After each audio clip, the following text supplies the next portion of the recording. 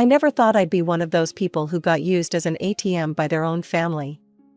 But looking back, that's exactly what happened to me. My name is Kelly, I'm 34 years old, and until recently, I was a key account manager at SportNutri, a sports nutrition company. I was good at my job, really good. I worked my ass off and built strong relationships with our biggest clients. My boss, Derek, the CEO, valued my work and paid me accordingly. 5 years ago, Mom called me about her medical bills. Dad's insurance wasn't covering everything for her back surgery, and they were drowning in debt. Of course I helped. They're my parents. I had the money, and they needed it. Kelly, I don't know what we'd do without you, Mom said, crying when I transferred the money. But it didn't stop there. A few months later, they needed help with their mortgage payment. Then utilities, then car repairs. Just until we get back on our feet, Dad promised. I believed him, I always believed them. Then my sister Jen started asking too. First it was just fixing her car when it broke down. Please, Kel, Mark's paycheck doesn't come until next week, and I need to get the kids to school, she begged. Then it was paying for Tyler's hockey club. Then helping with their rent. You have no idea how much this means, Jen would say, you're literally saving us. I felt good about it, you know? I was making 6 figures, had money in the bank, and could help the people I loved. When I went on vacation, I'd take Mom and Dad, or Jen and her family.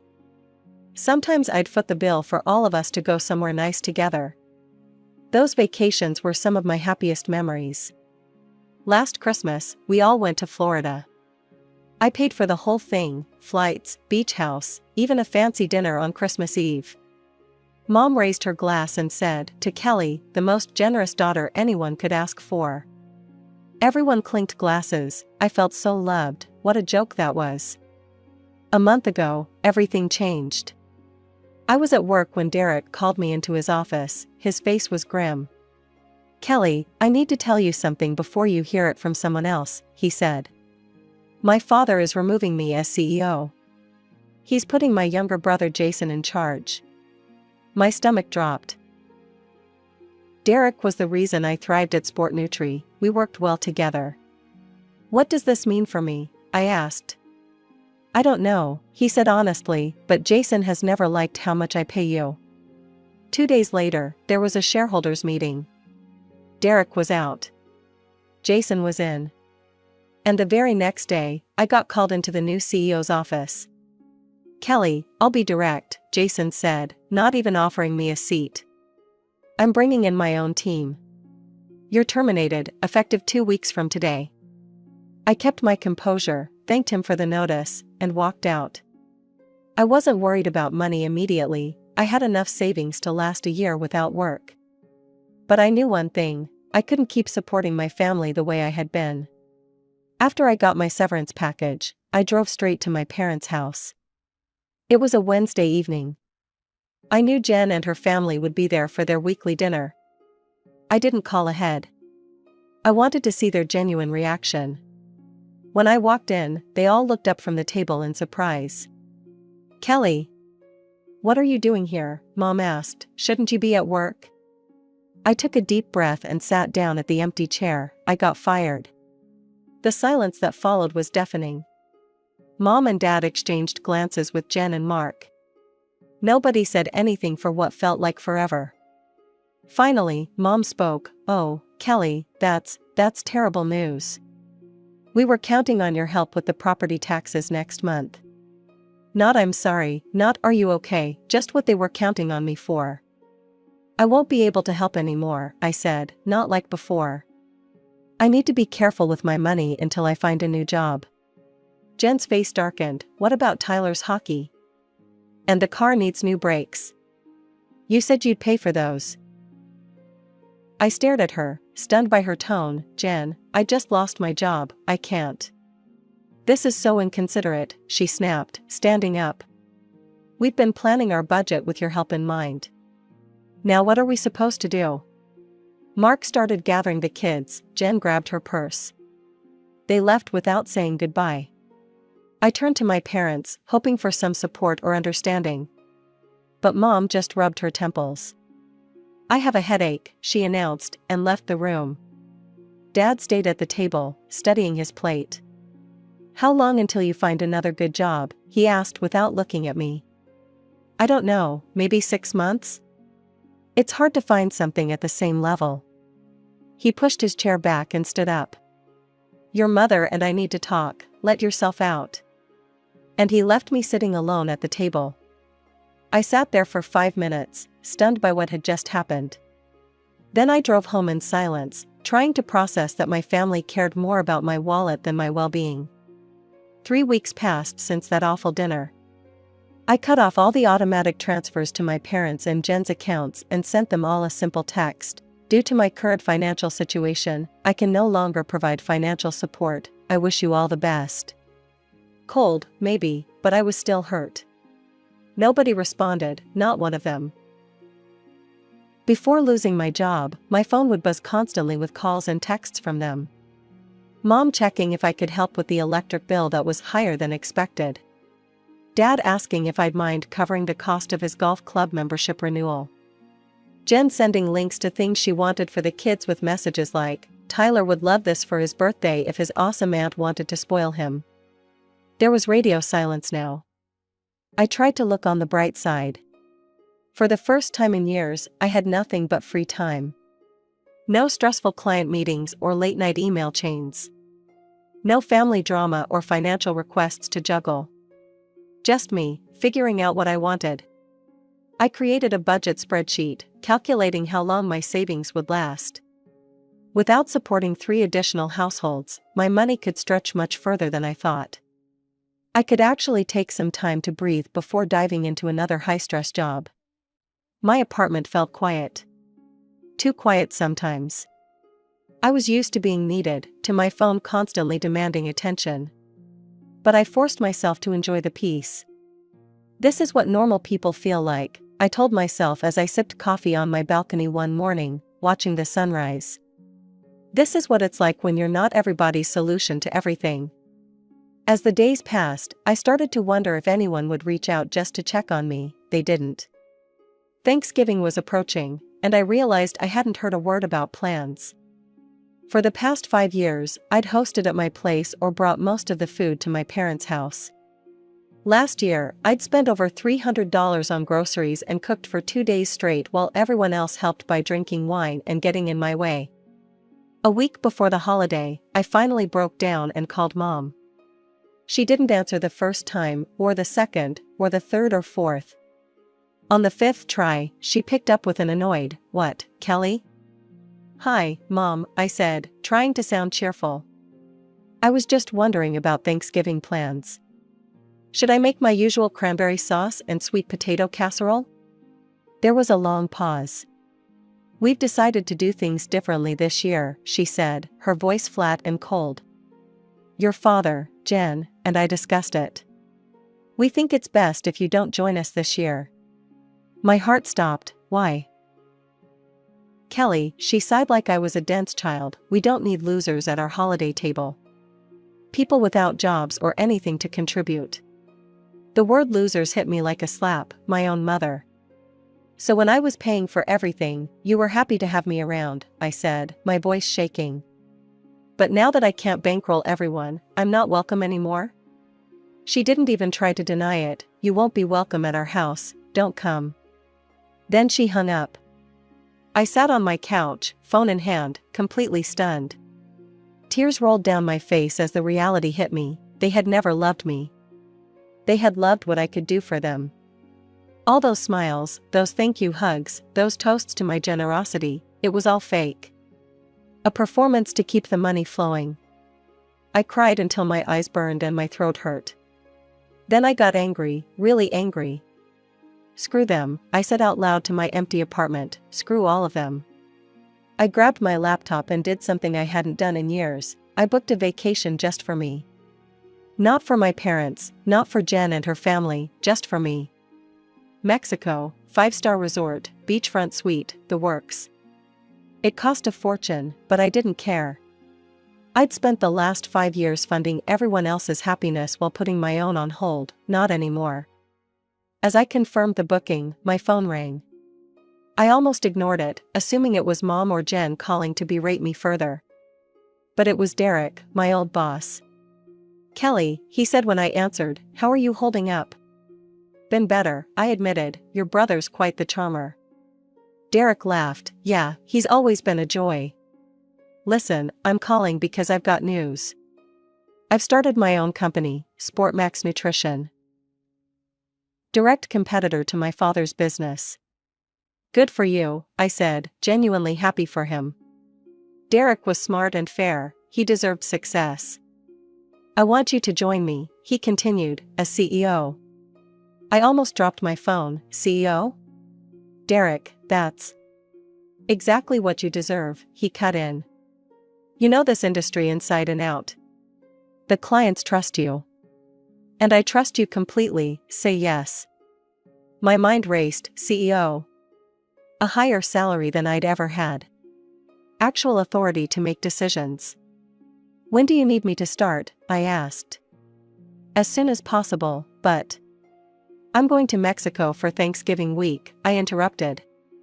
"I need this vacation, I'll start when I get back."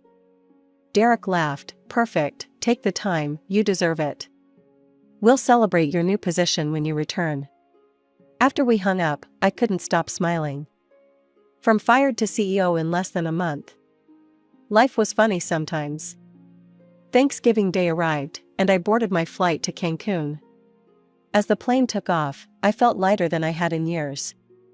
No family drama, no cooking for ungrateful people. Just me, the beach, and a fresh start waiting when I returned. I checked into my hotel, changed into a sundress, and ordered champagne. When it arrived, I took a selfie with the bottle, the ocean visible through the window behind me. I posted it to Instagram with the caption, "Celebrating my new position as CEO of Sportmax Nutrition." I knew Jen followed my Instagram. I knew she'd see it, I knew they'd all find out. I took a sip of champagne and smiled, let the calls begin. It took exactly 2 hours after posting that Instagram photo for my phone to start blowing up. I was lying on the beach, soaking up the sun and enjoying my first real moment of peace in years, when my phone started vibrating like crazy. First came a sweet text from Jen, "Happy Thanksgiving, sis, hope you're having a great time, miss you tons." The same sister who'd practically spat in my face when I told her I couldn't pay for her kids' hockey anymore. The same sister who'd agreed I shouldn't come to Thanksgiving because I was a loser. I ignored it. Then came calls, Mom, Dad, Jen, Mom again, Mark, which was weird because Mark never called me, Mom again. After about 10 missed calls, I finally picked up when Mom called for what must have been the 5th time. "Kelly, sweetie," her voice was syrupy sweet, "we've been trying to reach you." "I noticed," I said flatly, watching the waves roll in. "We were just talking about how much we miss you," she continued. "When you get back from your trip, you should come over for dinner. We'd love to see you." I sat up on my beach chair. "That's interesting, Mom. A week ago, you told me I wasn't welcome in your house because I'm a loser without a job." "Oh, honey, you misunderstood," she said quickly. "We were just upset. You know how your father gets, we didn't mean any of that." "I understood perfectly," I replied. "What's changed? Could it be that I'm suddenly employable again? Or more specifically, that I'm suddenly a CEO with a big salary again?" There was a pause, and then I heard rustling as someone grabbed the phone from my mother. "Kelly, it's Jen," my sister's voice came through, equally sweet. "Don't listen to Mom, she's terrible at apologizing. Look, we all overreacted. We're family, and families fight sometimes, right? But we're so happy about your new job. Congratulations." I laughed out loud, causing a couple nearby to glance over at me. "Thanks, Jen, I'm curious though, what exactly are you happy about? That I got a great job, or that you think the money train is about to start running again?" "Kelly, that's not fair," she said, but her voice wavered. "I mean, we are hoping you'll be in a position to help us out again. The apartment needs some urgent repairs, and Mark has a dental issue that insurance won't fully cover." And there it was, the truth. "Let me be very clear," I said, my voice level and calm. "I will never, and I mean never, give any of you another cent. Not for repairs, not for dental work, not for mortgages or hockey clubs or vacations or anything else. That part of our relationship is over." I heard gasps and then shouting as the phone seemed to be passed around. Dad was yelling about ingratitude. Mom was crying about how they'd raised such a selfish daughter. Jen was screaming that her kids would suffer because of me. I ended the call and turned off my phone. Then I ordered a margarita from the beach bar and went for a swim in the crystal clear water. For the rest of my vacation, I kept my phone off. I got massages at the resort spa. I went snorkeling and saw colorful fish darting between coral reefs. I ate incredible food and drank top-shelf tequila. I read books by the pool and took long walks on the beach at sunset. It was the best week of my life. On my last day, I finally turned my phone back on. There were 47 missed calls and 31 text messages. Most were from my family, with a few from Derek checking in about work stuff. I opened one text from my mother, "Kelly, please call us back, we need your help. Dad's blood pressure is up because of the stress of not being able to pay bills." Then one from Jen, "The landlord is threatening to evict us if we're late on rent again, please Kel, we need you." And another, "Mark's tooth is getting worse, the kids keep asking why Aunt Kelly doesn't love them anymore." I scrolled through message after message, each one more desperate than the last. Each one mentioning money, bills, or financial problems. Not a single one asking how I was doing or if I was enjoying my trip. I didn't respond to any of them. I packed my bags, checked out of the resort, and flew home. The Monday after Thanksgiving, I walked into Sportmax Nutrition for my first day as CEO. Derek met me in the lobby with a big smile and a hug. "Ready to change the industry?" he asked. "More than ready," I replied. He gave me a tour of the office, smaller than Sport Nutri's but modern and bright, and introduced me to the team he'd assembled. Many were former colleagues who'd also been let go when Jason took over. They greeted me with genuine warmth and excitement. My office had floor-to-ceiling windows with a view of the city skyline. On my desk was a nameplate, "Kelly Mitchell, Chief Executive Officer." A bottle of champagne sat in an ice bucket with a note from Derek, "To new beginnings." I got to work immediately. We had to move fast to compete with Sport Nutri, and I knew exactly which clients to contact first. By the end of the day, I'd scheduled meetings with 3 major accounts that I knew were unhappy with Jason's leadership. For the next several weeks, I threw myself into building the company. I worked long hours, but for the first time in my career, I was working for myself, for my future, not to support everyone else. It felt amazing. I changed my number and email address to avoid my family's constant messages. I thought I'd finally have some peace. But one evening, about a month after I started at Sportmax, I was returning home after a long day. As I pulled into my driveway and got out of my car, I noticed 3 figures standing by my entrance: Mom, Dad, Jen. My stomach dropped. I considered getting back in my car and driving away, but they'd already spotted me.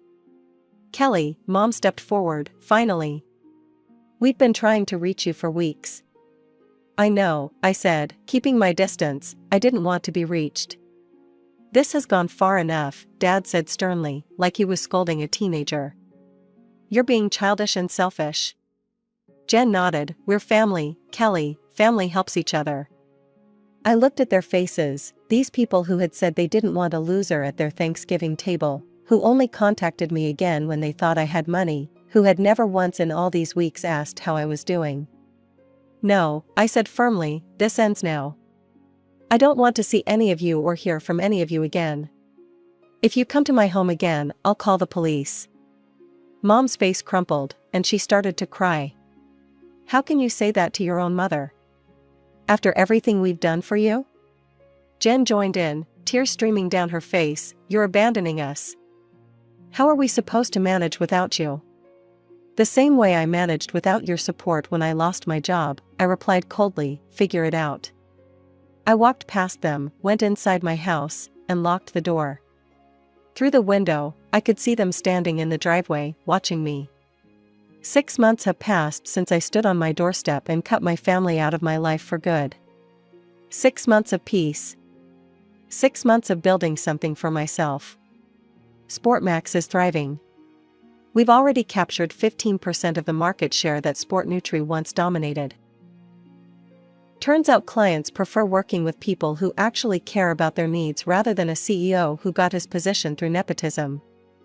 Derek and I make a good team. He handles the big picture vision and investor relations, while I run the day-to-day operations and maintain client relationships. Our staff has grown from 12 to 38, and we just leased a second floor in our office building. Last week, we got word that Jason, Derek's brother, was fired by their father. Apparently, the company has been bleeding clients and money since he took over. I'd feel bad if he hadn't been such an asshole when he fired me. You dodged a bullet, Derek told me over lunch, the company's a mess now. I didn't dodge a bullet, I replied, I caught one and built something better. He raised his glass to that. My cousin Emma called me last month. We were never particularly close, but she heard through the family grapevine what happened with my parents and Jen. I always thought they took advantage of you, she said. The way they'd brag about the vacations you paid for, the bills you covered. It never sat right with me. From Emma, I learned that my parents are struggling with their mortgage. Dad had to come out of semi-retirement to work full-time again. Jen and Mark had to downsize to a smaller apartment, and Tyler had to quit the hockey club. They all blame me, of course. According to Emma, they tell everyone who'll listen that I abandoned them, that I turned my back on family when they needed me most. They conveniently leave out the part where they called me a loser and uninvited me from Thanksgiving when I lost my job. I appreciate Emma reaching out, but honestly, I don't care what they're saying anymore. I don't care if they're struggling, I don't care if they hate me, I'm free. For the first time in my adult life, every dollar I earn is mine. Every decision I make is for me. Every vacation I take is because I want to go there, not because I'm paying for everyone else to have a good time. Last month, I took a weekend trip to a spa resort upstate.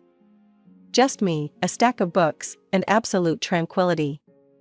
I got a deep tissue massage and spent hours in the sauna, letting the stress melt away.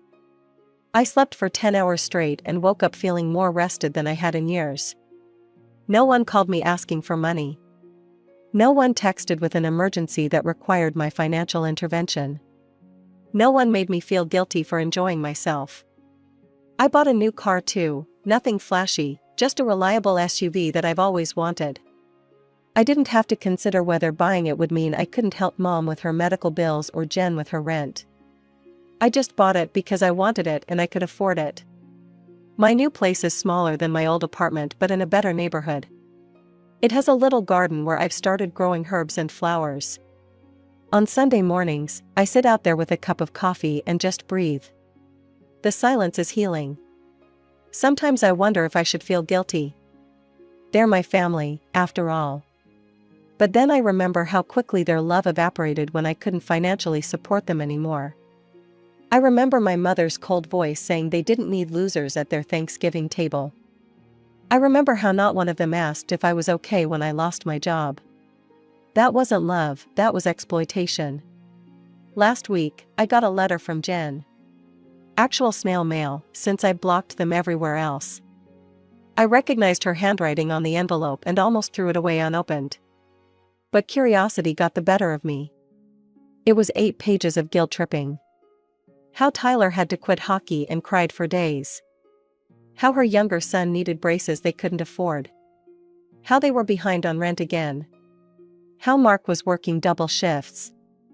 How Mom's health was deteriorating from the stress. At the end, she wrote, "We're family, Kelly, no matter what. Families forgive, families help each other. Please find it in your heart to help us again." Not once in those 8 pages did she apologize for how they treated me. Not once did she acknowledge that they only reached out when they thought I had money again. Not once did she express any genuine interest in my life or well-being. I tore the letter into tiny pieces and tossed it in the recycling bin. My therapist, yes, I finally started seeing one, says I'm not responsible for my family's financial decisions. She says they're adults who made choices and now have to live with the consequences, just like everyone else. She says my only responsibility is to myself and my own healing. She's right, I know she's right. But sometimes, in the quiet moments, I still feel the ghost of that obligation. That sense that I should be doing more, giving more, sacrificing more. It's fading with time, but it's still there. Yesterday, I ran into Mark's sister at the grocery store. She gave me a cold look and turned her cart around to avoid me. I guess they'd told their extended family their version of events, poor them, abandoned by selfish, heartless me. Let them think what they want, the people who matter know the truth. Sometimes I wonder what would have happened if I'd never lost that job at Sport Nutri. Would I have continued supporting them indefinitely? Would I have ever seen them for who they really were? Would I have spent my entire life being their personal ATM? I don't know, but in a strange way, getting fired was the best thing that ever happened to me. It showed me the truth. It forced me to break free. It led me to where I am now, successful, independent, and finally living for myself. They say blood is thicker than water, but sometimes, blood can drown you if you let it. I chose not to drown, I chose myself, and I've never been happier.